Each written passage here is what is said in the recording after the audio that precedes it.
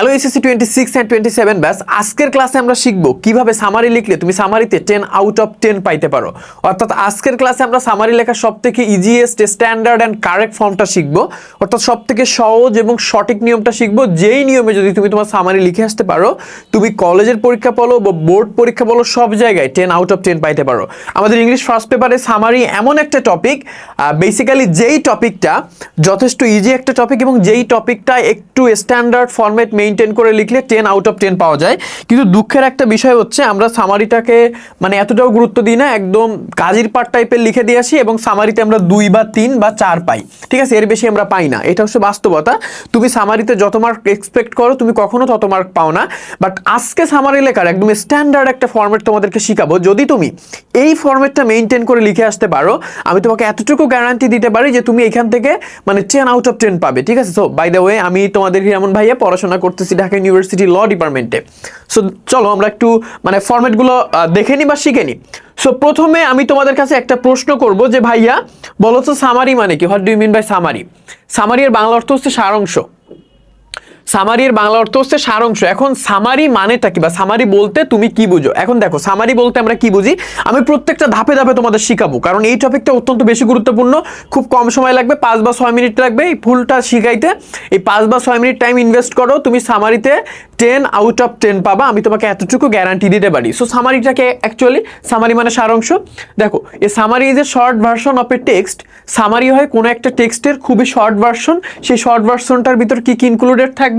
That include, যেটার ভিতরে include বা অন্তর্ভুক্ত থাকবে only the main ideas or কি পয়েন্টস, যার ভিতরে অন্তর্ভুক্ত থাকবে একদম যে মেইন আইডিয়া এবং তার যে ফোকাল পয়েন্টটা অর্থাৎ কি পয়েন্টটা তার ভিতরে অন্তর্ভুক্ত থাকবে, যার ভিতরে without extra details or example, অর্থাৎ যার ভিতরে কোনো ধরনের কোনো অতিরিক্ত তথ্য বা কোনো ধরনের কোনো এক্সাম্পল বা উদাহরণ কিন্তু থাকবে না।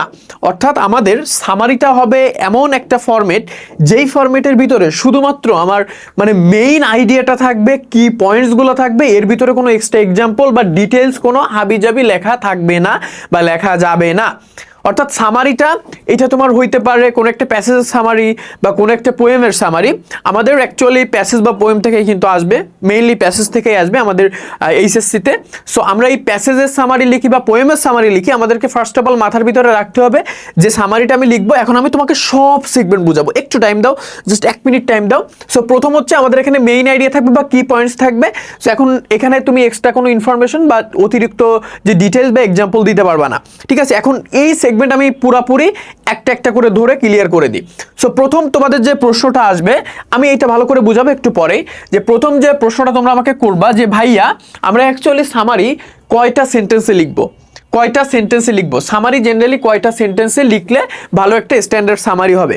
এখন আমরা যে প্রচলিত নিয়ম বা গতানুগতিক একটা নিয়ম আছে যে সামারি অবশ্যই হইতে হবে আমার প্যাসেজের অন থার্ড, প্যাসেজ বা পোয়েমের অন থার্ড। অর্থাৎ আমার যদি আমার যে প্যাসেজটা দেওয়া থাকবে, প্যাসেজটা যদি হয় 15 সেন্টেন্সে, তাহলে আমার সামারিটা হওয়া লাগবে 5 সেন্টেন্সে। যদি আমার পোয়েমটা থাকে 20 সেন্টেন্সে, আমার তোমার সামারিটা হওয়া লাগবে আপ টু কত? আমার সামারিটা হওয়া লাগবে আপ টু তোমার এরকম 6 অর 7 সেন্টেন্সে। এরকম আমরা কিন্তু এই যে গতানুগতিক যে ধারণা পোষণ করে থাকি, বাট সবসময় এইটা তুমি মেনটেন করতে পারবা না। তোমাকে একটা স্ট্যান্ডার্ড ফরম্যাট মেনটেন করতে হবে। ঠিক আছে, তোমার প্যাসেজ বা পোয়েম যত ছোট হোক বা বড় হোক, ডাজন্ট ম্যাটার, আমাকে একটা স্ট্যান্ডার্ড ফরম্যাট মেনটেন করতে হবে। আমরা মাঝে সাথে এমনও দেখি, এমনও প্যাসেজ আসে যে সকল প্যাসেজগুলো প্রায় 40 থেকে 50টা সেন্টেন্সের সমন্বয়ে গঠিত। এখন তুমি কি ওর জন্য 12টা বা 13টা সেন্টেন্সে সামারি লিখবা? তাহলে এখানে সামারি হইলো না তো, এটা তো আরেকটা প্যাসেজ হয়ে গেল। আমাদের অন থার্ড এইটা মেইনটেইন যে করাই লাগবে ব্যাপারটা মোটেও এরকম না, আমাদের একটা স্ট্যান্ডার্ড ফরম্যাটে আসতে হবে। বাট আমরা ট্রাই করবো অন থার্ড লেখার। ঠিক আছে, এটা একটা স্ট্যান্ডার্ড যেহেতু ফরম্যাট, বাট এর মানে যেটা সব থেকে ভালোভাবে বা কারেক্ট ওয়েতে তুমি লিখতে পারবা সেটা হচ্ছে তুমি একটা স্ট্যান্ডার্ড লাইন বা স্ট্যান্ডার্ড সেন্টেন্স ফরম্যাট সেট করবা। সেইটা হবে ঠিক আছে 4 to 5 সেন্টেন্স, এটা আপ টু 6 সেন্টেন্স হইতে পারে, তার বেশি না।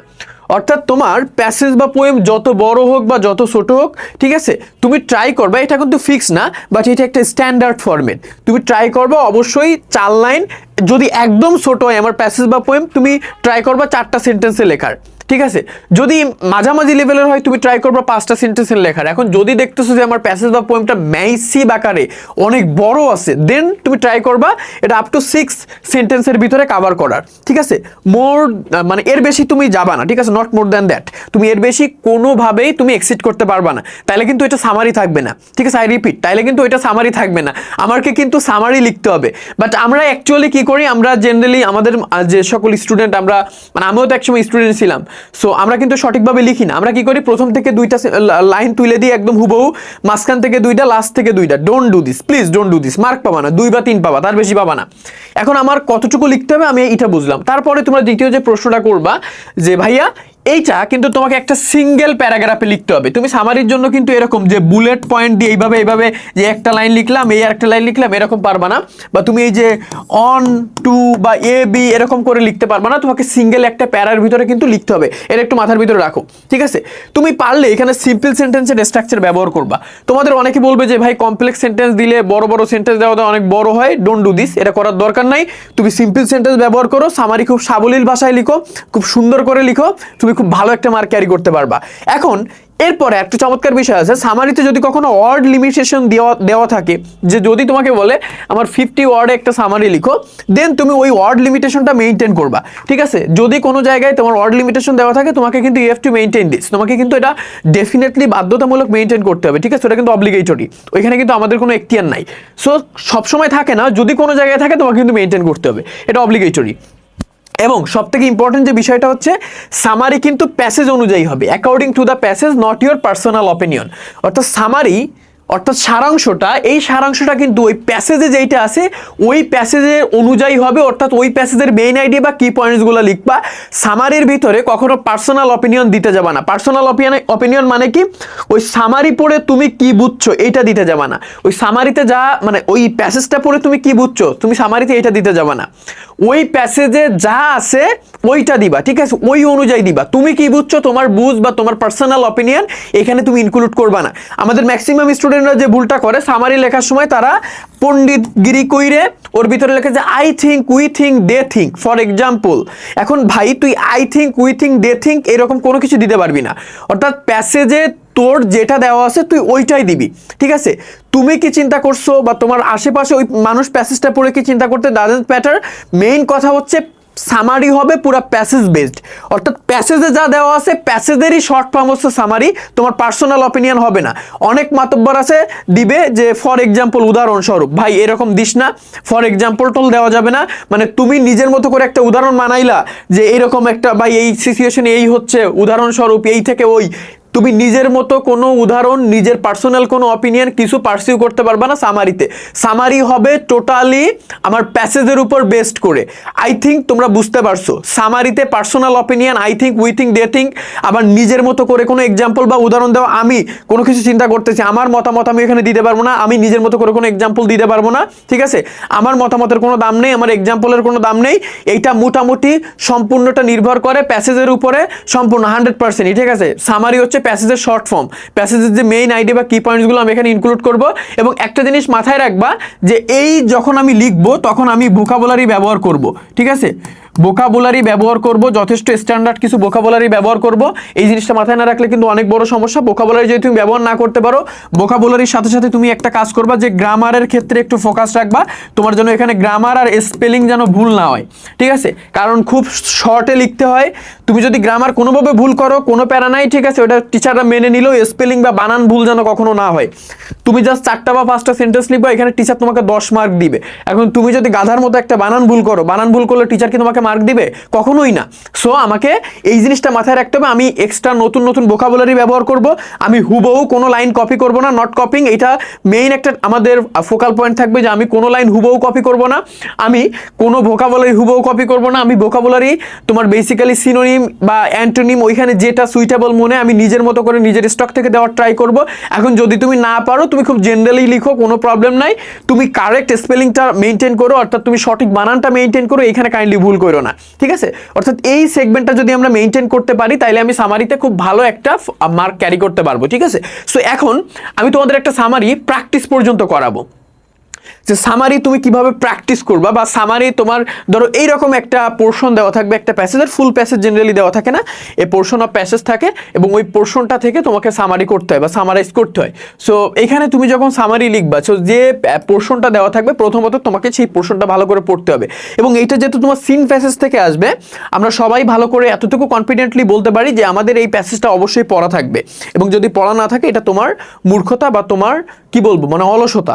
তুমি যদি এই প্যাসেজগুলো না পড়ো, তোমার সামারি, তোমার এই যে সিন প্যাসেজ থেকে 35 মার্কস আসবে, হিউজ মার্কস। মানে যেখানে ইংলিশে প্রত্যেক বছর লাখ লাখ পরীক্ষার্থী ফেল করে, সেখানে 35 মার্কসের ভিতরে তুমি 30 মার্ক ক্যারি করতে পারো শুধুমাত্র সিন প্যাসেজগুলো পড়ে। সো ওই প্যাসেজগুলো থেকে যেহেতু আসবে, আমাদের অবশ্যই পড়া থাকবে। যদি কোনো বান্দা এই প্যাসেজ না পড়ে ডিরেক্ট মনে করে যে আমি বানায় বানায় একদম হুবহু সামারি, মানে এখান থেকে 2 লাইন মাঝখান থেকে 2 লাইন দিয়ে আমি তুলে দিয়ে আসবে আর আমি খুব ভালো একটা মার্ক ক্যারি করব, তুমি বোকার স্বর্গে বসবাস করতেছো। খাতা দেখার নিয়ম বদলাইছে, খাতা দেখা কিন্তু আগের মতো হয় না যে গাজীর পাঠ লিখবা ভালো একটা মার্ক ক্যারি করবা, ঠিক আছে? একটু মাথার ভিতরে রাখবা। সো বাই দ্য ওয়ে, ক্লাসটা কেমন লাগলো বা কেমন লাগতেছে অবশ্যই ভাইয়াকে জানাবে। এবং তোমার নেক্সট কোন ক্লাস প্রয়োজন বা ভাইয়ের ক্লাস ওভারঅল কেমন লাগলো অবশ্যই জানাই যাবে যে ভাই আমার ভালো লাগছে বা আমার হেল্প হইছে বা হেল্প হই নাই, বা নেক্সট তুমি কোন ক্লাস সাহস স্বপ্নরাবি থেকে, হীরামন অফিসিয়াল থেকে, ঠিক আছে? তুমি কোনটা চাও তুমি একটু জানাও, ঠিক আছে? ভাইকে একটু জানাই যাও। সো তুমি যখন এই যে পোর্শন অফ প্যাসেজ থাকবে, তখন তোমাকে কি করতে হবে, মানে প্যাসেজ মানে ফুল একটা ইউনিট বা লেসনের একটা পোর্শন আর কি, মানে এইটা হচ্ছে একটা প্যাসেজ। সো এই ক্ষেত্রে তুমি যে কাজটা করবা, প্রথমে তোমাকে রিড থরলি সুন্দর করে একবার পড়তে হবে। পড়ে তুমি মেইন আইডিয়া বের করবা, তুমি কি পয়েন্টস বের করবা বা মেইন যে ফোকাল পয়েন্ট বের করবা, তারপরে তুমি লাস্টে মানে প্রপার কানেক্টর মানে কি তুমি একটার সাথে মানে আরেকটা ভালো করে কানেক্ট করতে পারো, মানে থিম বা তুমি লাস্টে কোন কানেক্টরটা ব্যবহার করবা, এই জিনিসগুলো আর কি প্রপার কানেক্টর দ্বারা আমরা বুঝাই। সো এই ক্ষেত্রে মেইনলি আমরা এইটা যদি পড়ি, আমি দেখবো যে ফোক মিউজিকের কথা আছে, যে folk music consist of songs and music of a community. এবং আমি তোমাকে বলতে পারি এই পোর্শনটা থেকে বাংলাদেশের 9টা বোর্ডের ভিতরে যে কোনো বোর্ডে এই পোর্শনের এই অংশটা থেকে একটা সামারি আসবে এবং আসবে। এই যে পোর্শনটা আমি তোমাদেরকে এখন পড়াচ্ছি আজ এক্সাম্পল, সো এই এক্সাম্পল থেকেই তোমার যে কোনো বোর্ডে প্রশ্ন আসবে এবং আসবে, এটা একদম ফর শিওর গ্যারান্টেড, ঠিক আছে? তুমি একদম ধরে নাও এখান থেকে যে কোনো একটা বোর্ডে সামারি চলে আসছে, এই সেম সামারিটা যদি লিখে আসো তুমি 10 আউট অফ 10 পাবা। 2টা বা 3টাতেও আসতে পারে, বাট মিনিমাম একটাতে আসবে, I am confident.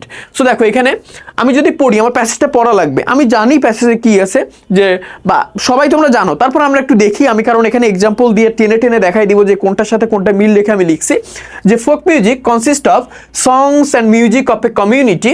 Folk music একটা সম্প্রদায়ের গান এবং মিউজিক, ঠিক আছে, এই দুইটার দ্বারা মূলত গঠিত, that are not influenced by any sophisticated musical rules or any standard musical style. Bangladesh has a heritage of rich folk music which includes both religious and secular song.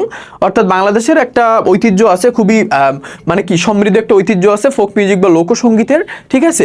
এবং এই লোকসঙ্গীতের ঐতিহ্য বেসিক্যালি তোমার এখানে এই গানগুলো তোমার রিলিজিয়াস বা ধর্মীয় হয়, আবার তোমার সেকুলার বা অসাম্প্রদায়িকও হয়। তারপরে কি আছে, folk music may be described as a music of the ancient times. অর্থাৎ এটা কিন্তু একটা প্রাচীন কালের বা প্রাচীন সময়ের মিউজিক বা গান হিসেবে কিন্তু আমরা আর কি বর্ণনা করে থাকি।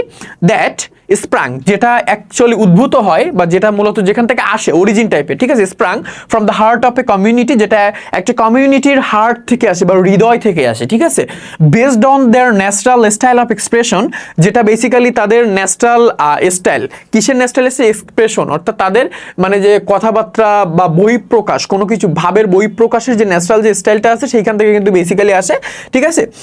Influenced by the rules of classical music or modern popular song.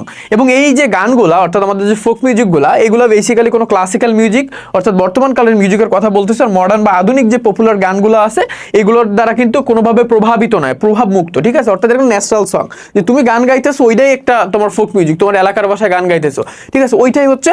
তারপরে কি, any arrangement of sound created by the combination of tune, voice and instrument, dance may be described as music. অর্থাৎ একটা মিউজিকের ডেফিনেশন দিয়েছে, music মূলত কি, folk music is the combination of song, tune and dance that originate from the traditional culture of ordinary people। অর্থাৎ এটা folk মিউজিকটা মূলত তোমার অর্ডিনারি পিপলের একটা ট্র্যাডিশনাল কালচারের অংশ আর কি, মানে ঐতিহ্যবাহী যে সংস্কৃতি তার একটা অংশ।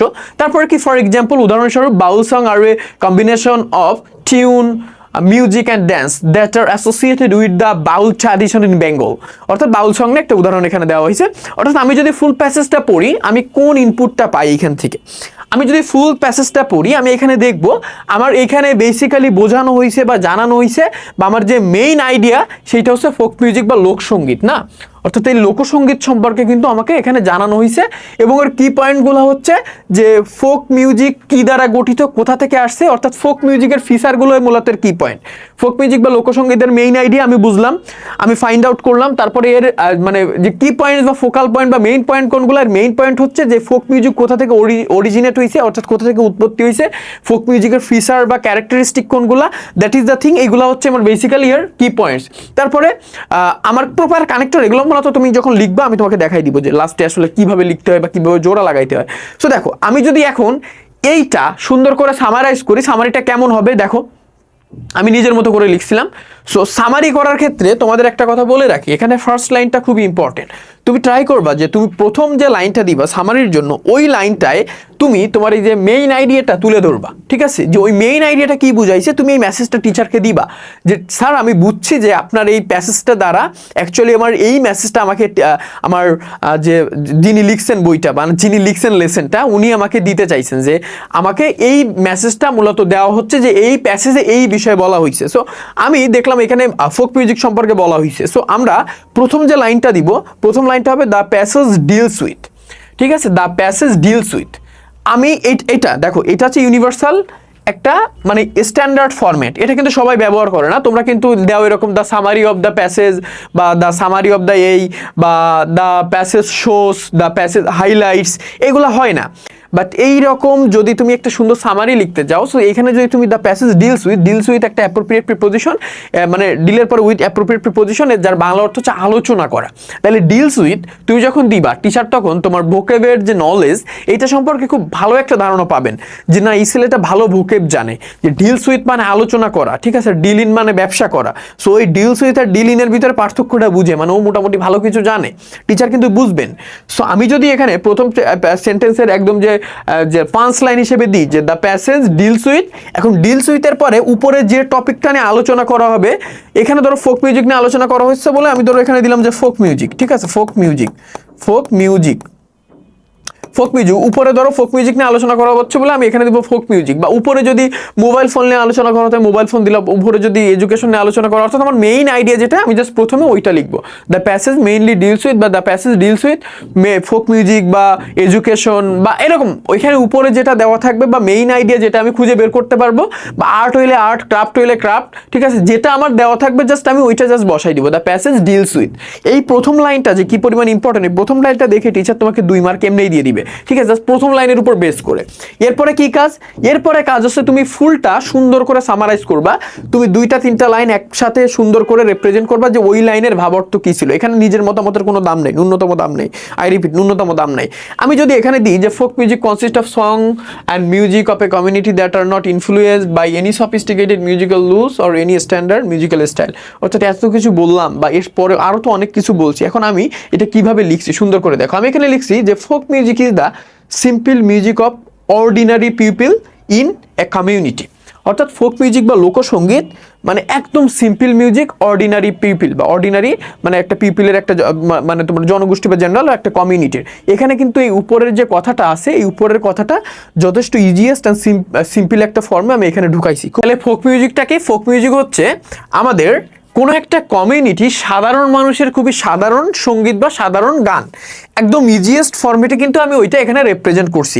তারপরে কি আছে দেখো, তারপরে তুমি এখানে আমি পরের যে সেন্টেন্সটা দিছি, পরের সেন্টেন্সটা আছে it is not influenced by classical rules or modern music style, অর্থাৎ এই যা আমাদের যে সংটা অর্থাৎ যে ফোক মিউজিকটা, এই ফোক মিউজিকটা কোনো প্রকার কোনো ক্লাসিক্যাল মিউজিকের রুলস দ্বারা বা মডার্ন মিউজিক দ্বারা কিন্তু প্রভাবিত নয়।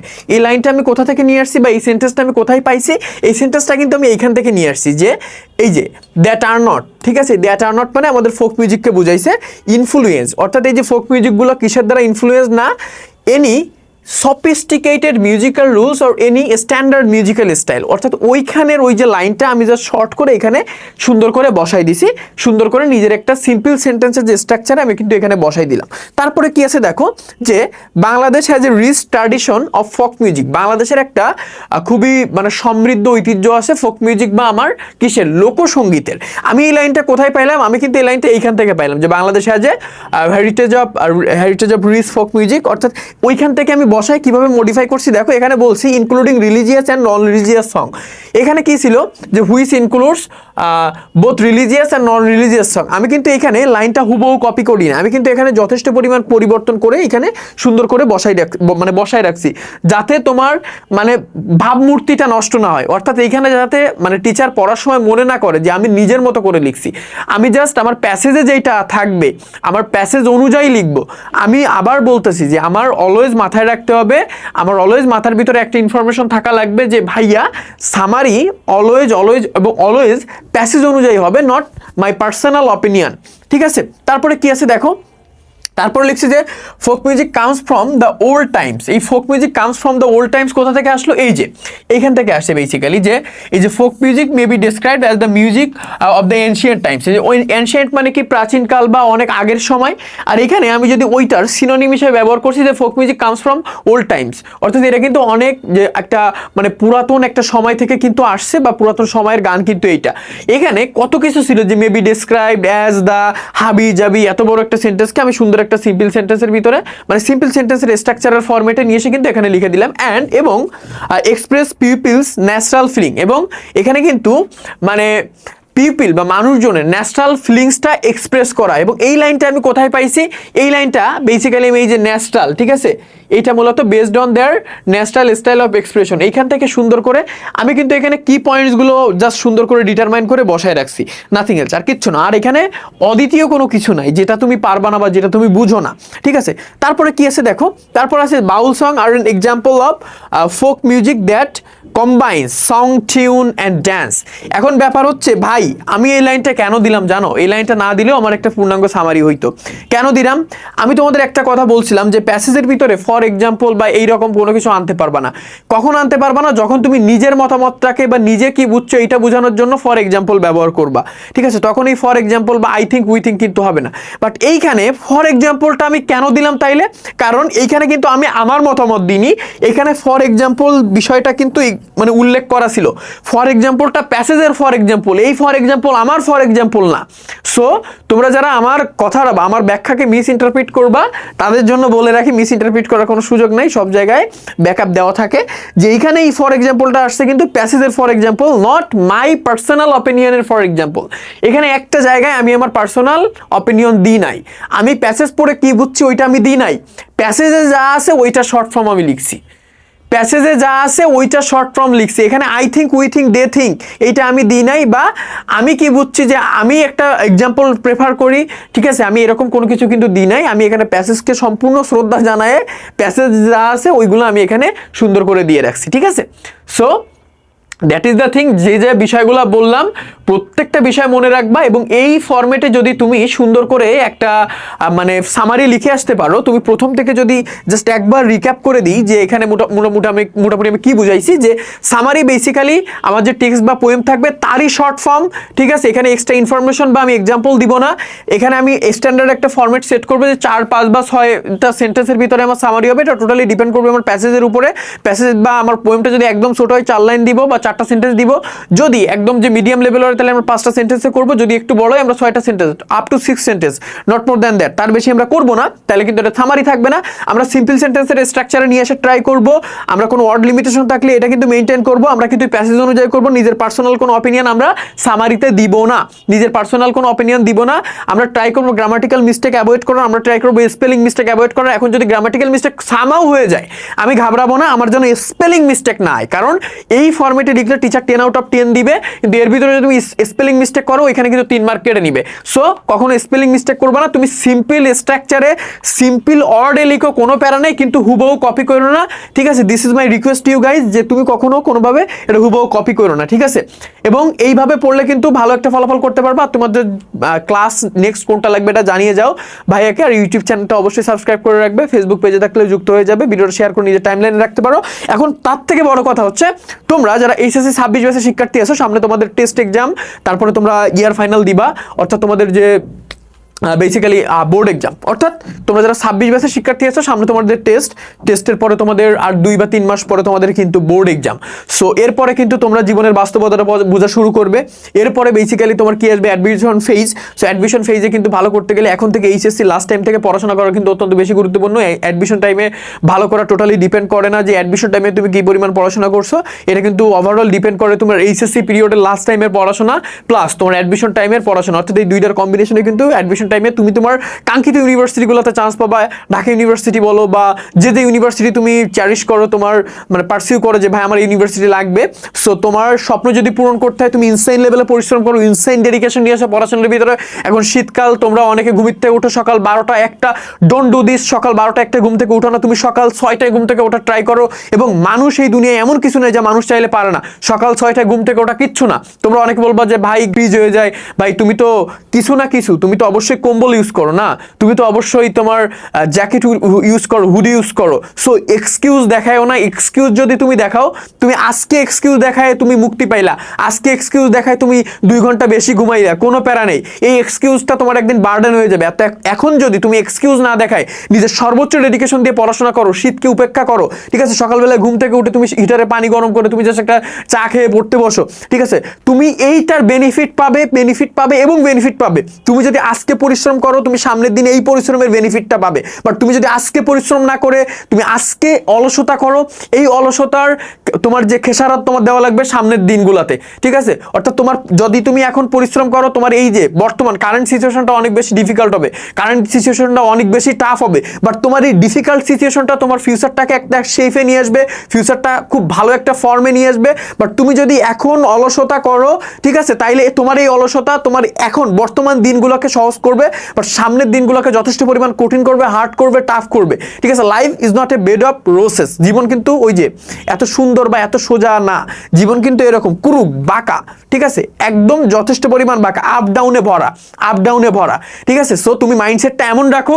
যে আমার যাই হোক, আমার পরিশ্রম করতে হবে, আমার এই 26 সাল আসতেছে, আমার এই 26 সালে যেন কোনো রকমের কোনো ডাউনফল না থাকে। 26 সাল আমার জন্য যথেষ্ট সাকসেসের একটা ইয়ার হোক। 26 সালে আমি নিজের সর্বোচ্চ ইফোর্ট দিব, নিজের সর্বোচ্চ ডেডিকেশন দিব, এখানে কোনো ধরনের কোনো আমি অলসতা দেখাবো না, নিজের সর্বোচ্চ ডেডিকেশন দিব, ঘুম পড়বো না, ঘুম বাদ, ঘুম যতটুকু পড়া উচিত সকাল 5টা 6টায় উঠে যাব, বই পড়বো, ঠিক আছে? যারা সকাল 5টা বা 6টায় ঘুম থেকে উঠবা তাদের কাছে দিন, ঠিক আছে?